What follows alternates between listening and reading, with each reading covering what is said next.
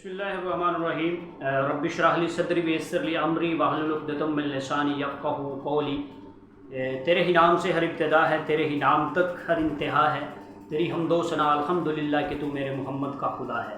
मैं हूँ आपका होस्ट प्रोफेसर असद महमूद और उम्मीद करता हूँ कि आप सब जो हैं वो खैरियत से होंगे और जहाँ भी होंगे खुश भी होंगे और अपने अहल खाना समेत महफूज भी होंगे। पिछले व्लॉग के अंदर हमने जो है वो बात की थी। इससे पहले कि हम अपने व्लॉग की तरफ जाएँ, आप सबसे रिक्वेस्ट है कि हमारे चैनल को सब्सक्राइब जो है अगर आपने अभी तक नहीं किया तो ज़रूर कर लीजिए।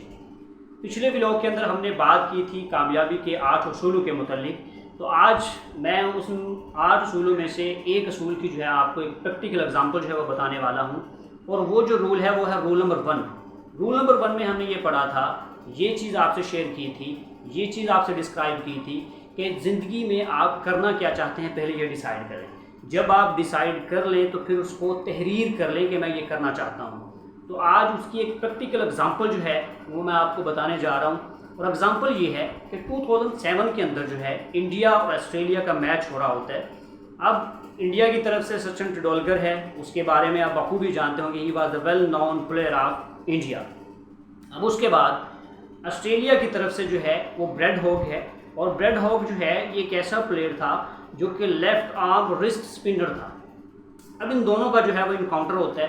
जब इन दोनों का इनकाउंटर होता है तो ब्रेड हॉग जो है वो सचिन तेंदुलकर को बोल्ड कर देता है।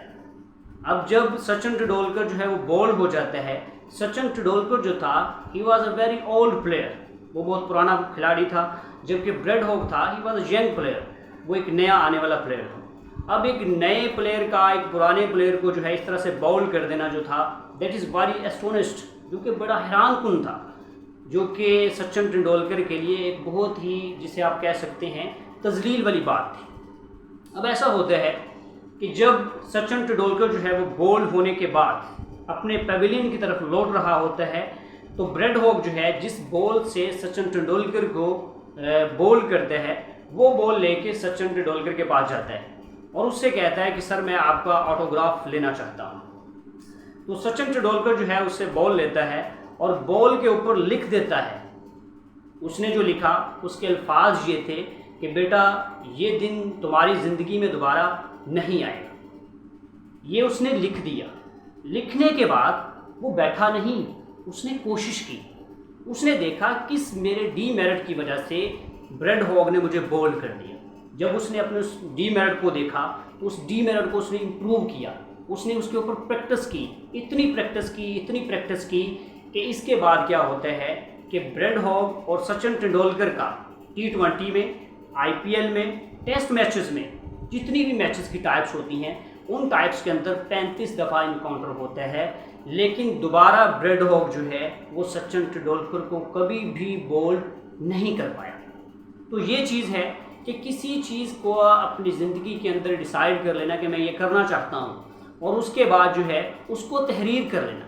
तहरीर कर लेने के बाद सिर्फ तहरीर कर लेना फ़कत काफ़ी नहीं है, उसको तहरीर करने के बाद उसके लिए प्रैक्टिस करना, उसको हासिल करने के लिए जो है बार बार मशक करना, ये हमें अपनी कामयाबी की तरफ ले जाता है। उम्मीद करता हूँ कि आपको ये व्लॉग जो है वो बहुत पसंद आया होगा। कमेंट बॉक्स में अपनी राय का इजहार जो है वो ज़रूर करिएगा और इंशाल्लाह नेक्स्ट व्लॉग में आपको जो है इसी तरह से जो है चीज़ें शेयर की जाएंगी। जज़ाकल्लाह व अहसनुल जज़ा।